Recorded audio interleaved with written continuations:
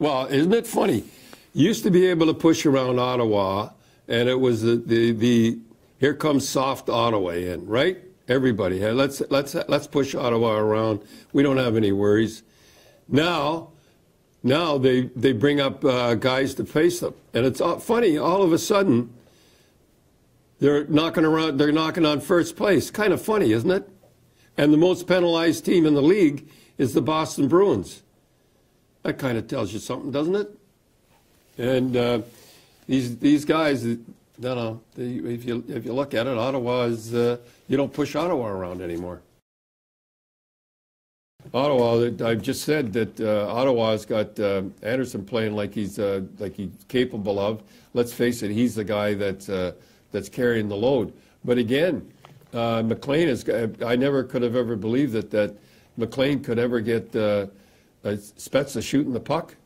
I mean, I couldn't get him going. Nobody could get him going. He's got him shooting the puck, and this is the best he's ever played, including in the junior net. And they're a tough team, and they've got some guys like Zach Smith. I just think the world of him, and they never had guys like that before. And Foligno, all of a sudden, he's blossomed. I could go down the list, and I think it's all due to McLean. Well, the guys are bigger, and they're faster, and they can shoot harder. There's no doubt the thing that gets me is the shooting the harder. That's the thing. The shots of whether it's better or not, I don't know. I see some things out there. The respect for one another has dropped. That's the big thing, and that's why we have so many, among many other things. But I think the respect for one another has dropped. I think when I see guys, a lot of people talk about the concussions, and people are really upset with me when I blame the victim, and it really amuses me. You cannot do what they do, turn their backs, and expect not to get hit when you're going with the puck, and that's the main thing. When I see guys run guys from behind, we never used to do that. I think that we were more tougher and maybe a little more in the past, but we would never run a guy with his head to the boards. But again, we would never ever be faced like that because we knew it was coming. And I think it comes from when they played minor hockey. There's no guy sees more minor hockey than me, and that's what they do now. They turn their backs, and 9 out of 10 guys, they don't hit them, but that 10th guy, it gets them, and that's when they get it. And they're good hits. I tell you one thing, I've never seen so many concussions since I've been in it, and it's sad. We couldn't afford to have concussions back in those days. Got your bell rung, you got out there. In fact, when you got knocked out in the practice, if you were dizzy coming to and kind of wobbling going to the bench, the next day in practice, guys would make fun of you. Who's this guy? And they do an act of you kind of wobbling. So we couldn't afford to have concussions. We never ever said that we had a concussion or we had a headache or we feel nauseous. You just went out and played, and no coach would have to tell you that. I'll tell you one thing: you miss too many games with a headache and feel dizzy, you wouldn't be around long. If you could make one change to the game of hockey right now, is there anything you would do? Oh, there's two right off the bat. The instigator rule. There's so many hits and so many cushions and so many injuries because of one thing: the instigator rule. There is no way you would do the things you do to guys if the instigator rule wasn't in there. At one time, a few years ago, we had the 4 top stars out of the game. The 4. All I have to do is just mention Gretzky. Gretzky had a credit card when he was in Edmonton. It was unbelievable. I mean, he never got hit. He got hit once. I think he got once the whole time in Edmonton. And that was, I used to talk to the people in the States when I was down in the States. They said, there's a rule in the National Hockey League that you don't have to, you can't hit Gretzky. I said, it's not that. The rule is Semenko and McSorley. You getting that with that pen? Yeah. And I said, today, there's nobody can protect anybody. It is absolutely asinine that and this regime didn't put it in, but the governors actually said, we're going to put the instigator rule for the tough guys, won't pick on the stars, which when it was the exact opposite. They had no idea what was going on, and now you got little rats running around. Oh, excuse me, can't say rats. Brian Burke said rats. Let me say you got little weasels. How's that? Got little weasels running around, and with their visors sticking and acting brave. Whereas a few years ago, we just take and cuff them, and they would never do it. So that's why we have so many injuries. That's the one rule I'd change, is the instigator rule. And then the other one, for sure, is touch icing. There's been more guys retired from touch icing than there has been for concussions and careers ruined. But it's not the buzzword right now, touch icings. And the reason that nobody ever does is they really don't know what's going on. They've never had some jerk chasing them like I have as a defenseman. And the touch icing should be on it. It's ridiculous. For every once some guy beats a guy to touch it, look at all the guys there. Just take that Foster kid, Curtis Foster. He's never been the same since they broke his leg. He has a rod in his leg right now. For what? It's exciting to see a guy go head first into the boards? Not to me. Touch icing and the instigator rules are two things I'd change. Is the game more entertaining now than when you were a coach? Well, with the helmets, it's not as entertainment. I want you to just think of Bobby Orr going down with the hair streaming, and the guy I always loved was Guy Lafleur. And he used to kill me all the time, but I remember when he had hair, and he'd be going, and the Montreal Canadiens sweater, they were light, they were thin, eh? They were like silk, and his hair flying, and that Montreal sweater just flying. It was something to behold. I think it's you get into the playoffs, you're not going to get much more entertainment than Vancouver and Boston. I thought that was terrific series. I thought the one that was Tampa and Calgary was a great series too.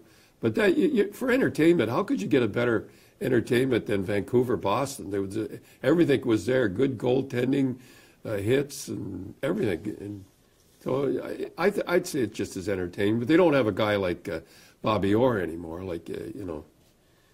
was the greatest thing that ever. Or Guy Lafleur. Or Guy Lafleur. I love Guy. First of all, you have the players like it. Most of the players like it. The coaches don't seem to mind it, and the owners of the clubs don't seem to mind it. And the people that love it the most are the fans, and they're the ones that pay the freight. And all you have to do is, when the fight's on, look around and look at the fans. The only ones that don't like it are the reporters, the livery reporters, and they get in free. They absolutely get in free. If you want violence, and they eat free. If you want violence, you should see in the press room when the roast beef is brought out. You want violence. So the only ones that don't like it are the livered, hard to say, reporters who don't pay to get in. And in their hearts, they know if they had to pay to get in to see a hockey game, they wouldn't be there. So the only one, but the sad thing about this is that this NHL listens to these guys. And they don't listen to the fans, and then I have to laugh. The television reporters go outside and ask the people, do you like fighting? If yes, yes, yes, yes. And then if you come to the one, that's the one they'll show. Who are they kidding? I've been in the business 30 years. So you take fighting out of the game, you take a lot of excitement out of the game. Any one fight in particular stand out? Is there one that you look at and go, man, that was the best fight of all time? Few I've been in it, but no. Well, there's quite a few. I'd have to say there's no doubt, if you want to go injuries and blood and guys retiring, was Stan Jonathan, little Tuscarora Indian for me, by the way, scored 26 goals, and Pierre Bouchard. He broke Pierre Bouchard's nose, his cheekbone, and he had 60 stitches. That was the one with most injuries. If you wanted to go hits, but that one, there was blood everywhere. It was even blood on John D'Amico, the linesman. It was all over the place. And I got pictures of it. He broke his nose so bad, it wasn't blood coming out, there was membranes coming out.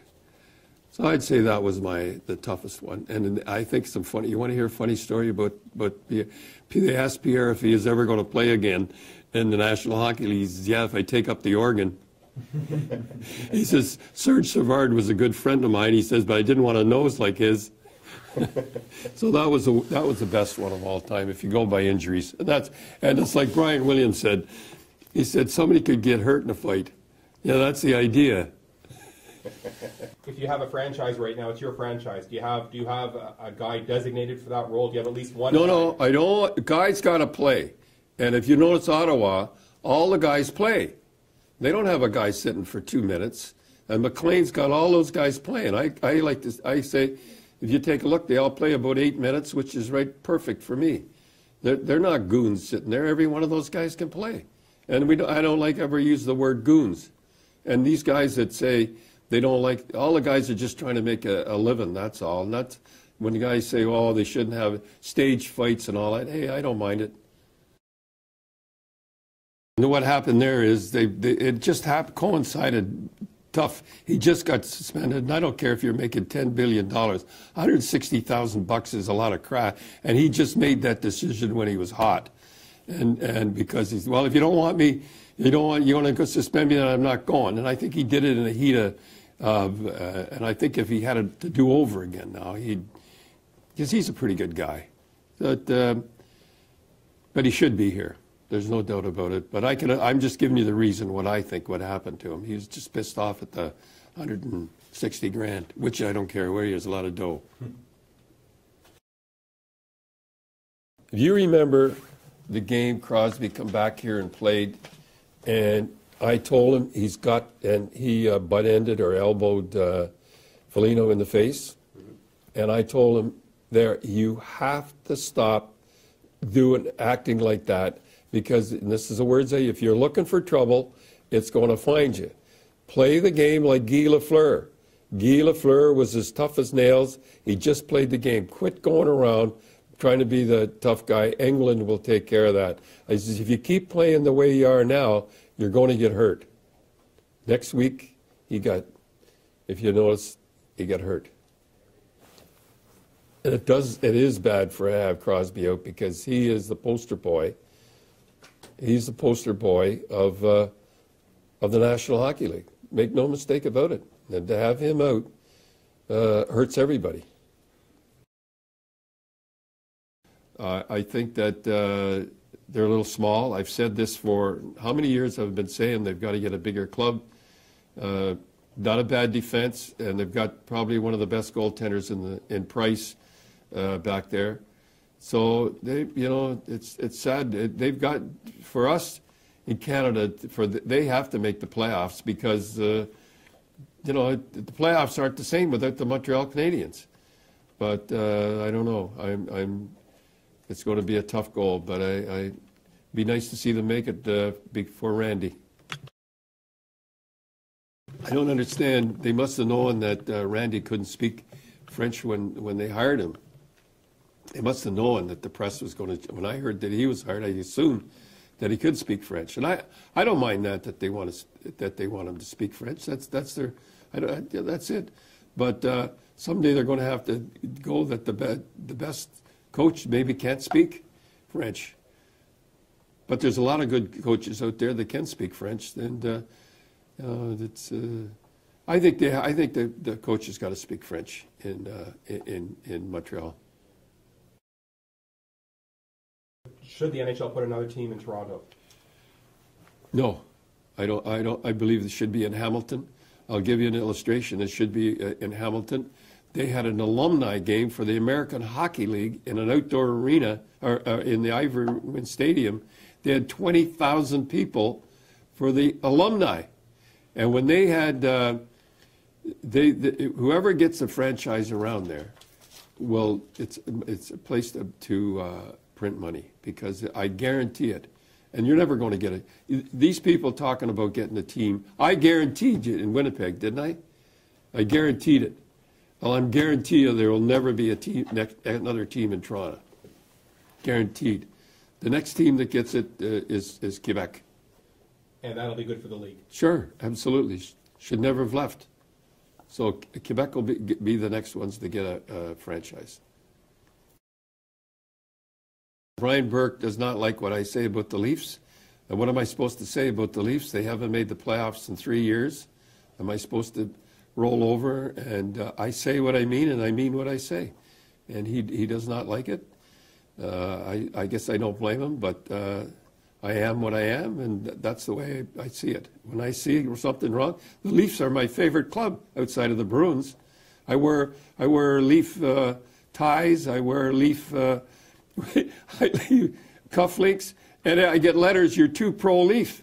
And ask anybody in Ottawa if I'm Manny Leaf. Ask anybody in Ottawa if I'm Manny Leaf. They'll say, "Are you nuts?" He has it. It's hockey night in Toronto.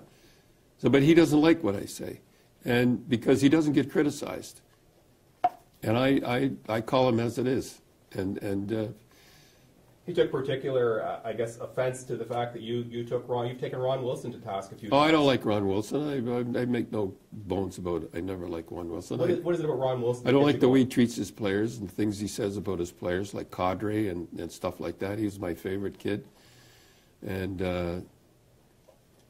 I just don't like him.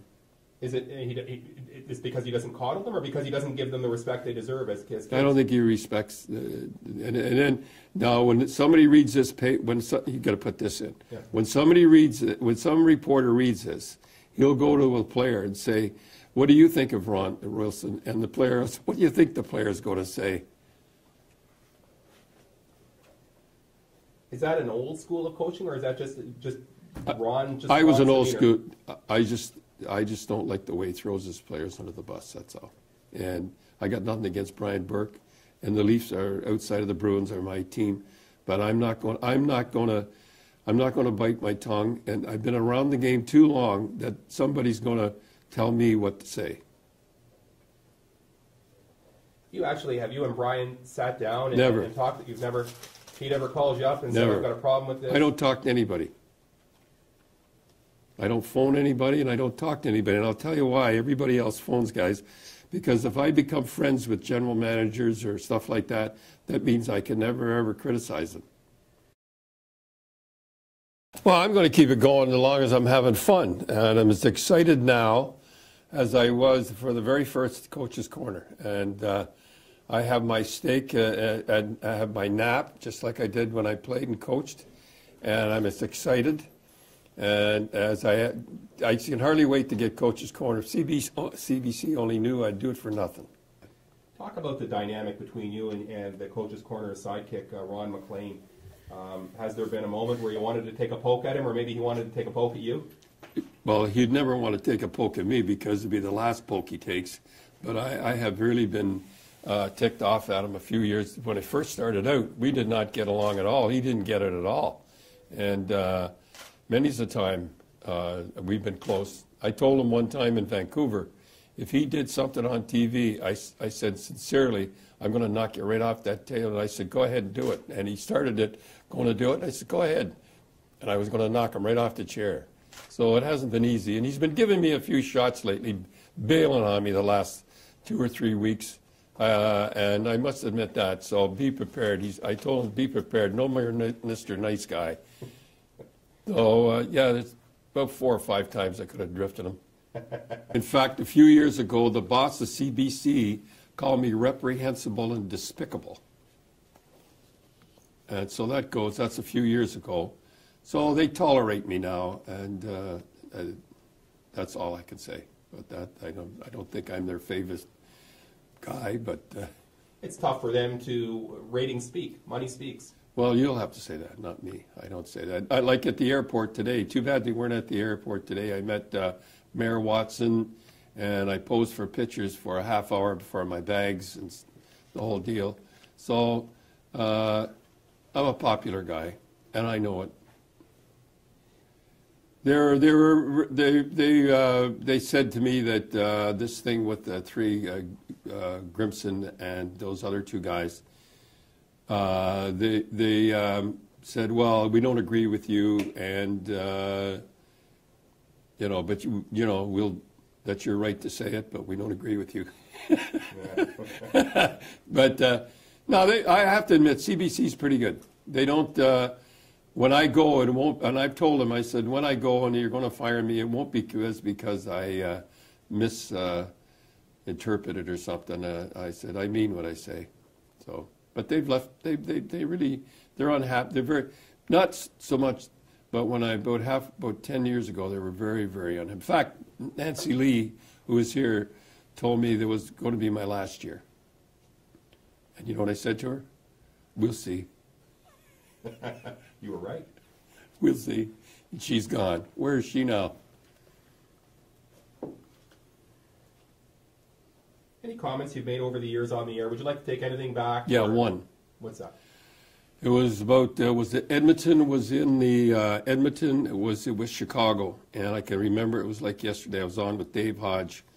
And I can't forget his name now, the defenseman out there, Randy Gregg, yeah. Dr. Randy Gregg. And I got to get this right now. He did not like me for some reason. I guess an intellectual college guy did not like me, and I didn't care for him one way or another. And he had a breakaway against Chicago, and he muffed it up. And I said, how would you like to have Dr. Randy Gregg operate on your heart with those hands? And my mother phoned me the next day, and she just ripped me. She says, I don't mind you talking about how I'm not happy when you talk about players and their play. But when you get personal, and I felt bad about that one. That's the only one I've ever felt bad about. Did you ever talk to Randy about that? I said something, but he said something to me. It wasn't.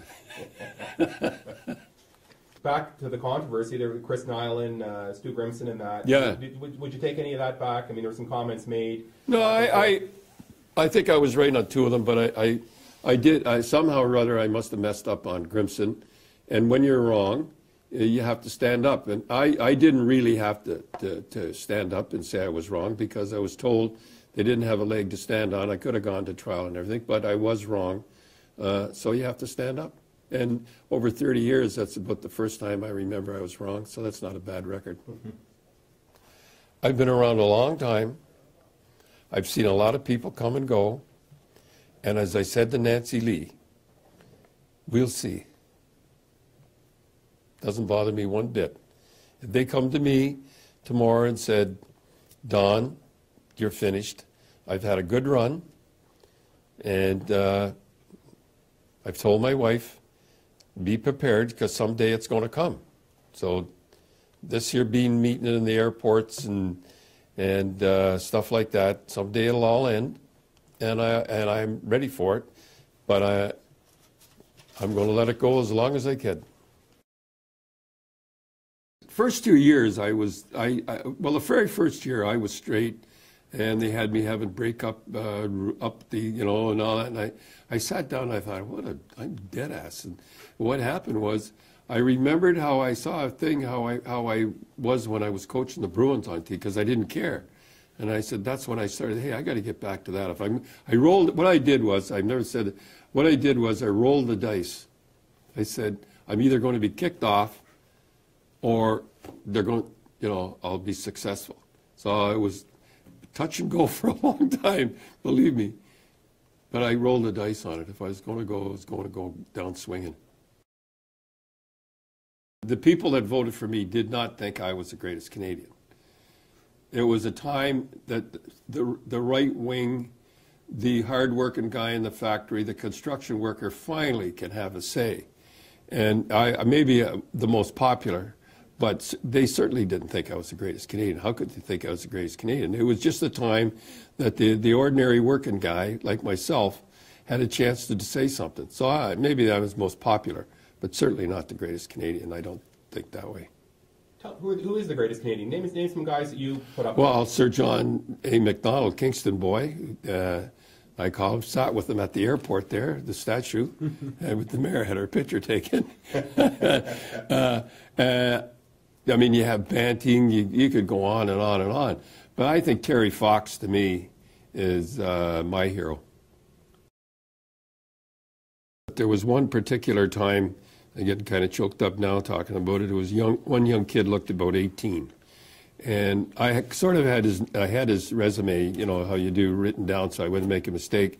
And I couldn't continue, and I pushed it over to McLean.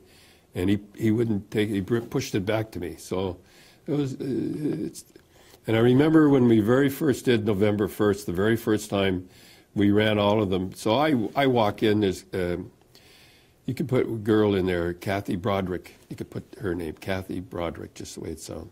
And she was doing the soldiers the very first time. So I sat down, you know, as I come in and I was going to watch. I had to leave. I just couldn't. I had to leave. Does it bother you? I mean, in general, are we disrespectful? Do you think the population is not respectful enough of the job that our armed forces do? And not only that, when I'm reading a book now, Letters from Frank, and it's about a soldier in the Second World War. His son found the letters back, and he describes what was going on over there. And I think of all the people in Canada really don't care one way or another. And he talks about all the Canadians are killed, like 500 at a time, and some of them executed by Meyer. And I'm thinking, nobody cares. Nobody really cares like the States. I lived in the States a long time. Maybe that's why I'm like, July 4th, I lived on Elm Drive, every house had a flag out. In my neighborhood, I'm the only guy that's got a flag out. Yeah, it bothers me. I think of all those guys that dying, and I just think it's come to the point now where you put a flag out, and you're going to have a politician knocking on your door telling you have to take the flag down because it's offending someone. Yeah. And this is the way I feel about all that stuff. And if you come to this country, and the only reason you come to this country is because you don't make it in the country you come from, or you're persecuted. You come to this country, and the first thing you do when you get over here is try to make this country like the country you came from, where you were persecuted and couldn't eat. We give you, these people, their milk and honey, and if you don't think Canada's #1 when you take our milk and honey, and you don't think we're the best, then go back to where you came from. Then you go back to where you came from, what you think is #1. That's the way I feel. It's got to drive you crazy. Things like public schools, they can't have Christmas concerts because it offends people. They can't. Different things we can't do now. It's a different world from when we grew up. They came over here because they liked our way of life, and then they changed it. Yeah, and if you don't think it, and I'll say it again, if you don't think Canada's #1, go back where you come from and don't let the gate hit your ass.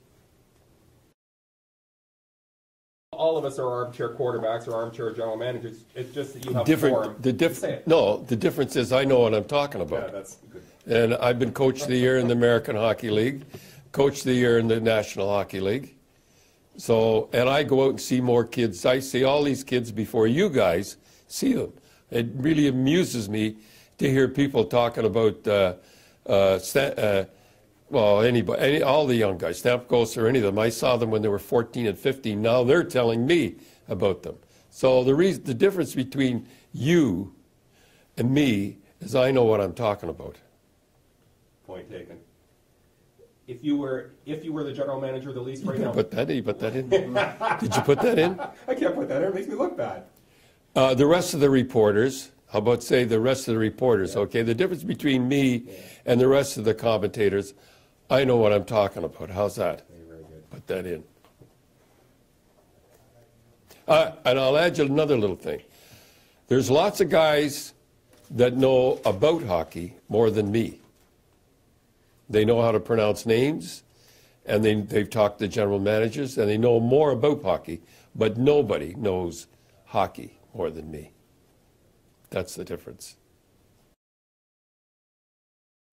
My favorite jacket is, believe it or not, is a black striped, a white striped one with a red tie and a red puff. That's my favorite. Sorry, what color tie? Red tie, and my shirt. And in fact, that's the one that CBC's got. It's on the. It's got it. In fact, I got a picture of it. If you get CBC, if you want the. In fact, I have a picture of it. You could get it if you go online. You'll see Ron and I together, and it's got that's the one. And it's got a red puff, and I'm like that. So that's my favorite. Is that your favorite tie as well? Favorite tie, favorite puff, favorite shirt, the whole deal. And it just happened. I was wearing it on the set one time, and Ron's picture and I were taken with it. Fits the best. I've never been able to get a suit fit like that one. That was my best. How many ties do you have? Cannot. People ask me how many suits I have. My bedroom, I never told it, my bedroom is covered. The walls are covered from one end to the other with thick ties. I have never counted them, and what I do in the afternoon of a game, I keep putting them up to a lot of people wouldn't believe that, but, and I try to once in a while wear funny ties for the kids. The kids get a big kick out of it. And tomorrow night I'm going to have a little squirrel, singing on the desk, singing Good Old Hockey Game. And, a lot of people think, what a goofball. But I do that for the kids, and the kids have a lot of fun. You're going to have a little toy. I'm going to have a little toy squirrel, and he's going to be singing the Good Old Hockey Game, the Tom Connors one. Good Old Hockey Game. Yeah, and people, I do it for the kids, too. I have kids in the airport. I mean, I believe it or not, I have kids that can't even talk know me. They give me the thumbs up. Believe it or not, they can't even talk, and they're giving me the thumbs up. Their mother and father said, "There he is." Well, I remember being a kid watching, Hockey Night in Canada with my father and him standing and waving you on, and I would take great glee in them disagreeing with your tie or your jacket or your shirt or whatever. But when I was a kid, Dave Hodge and Brian McFarland stuff, it was a lot tamer in comparison. When did it sort of transition? Was it a gradual thing into what it is now? Because it's quite a bit more over the top than it was. No, I think I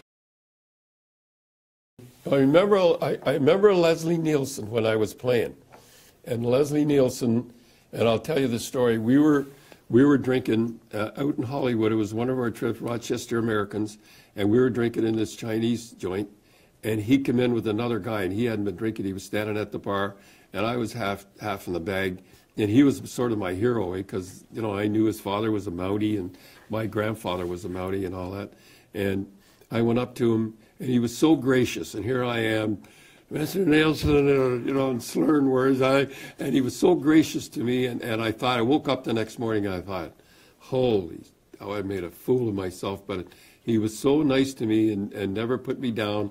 And I thought, if I ever get so people want to talk to me in that, and I get tired of it or something, I'm going to think of Leslie Nielsen, how nice he was to a drunk in a bar.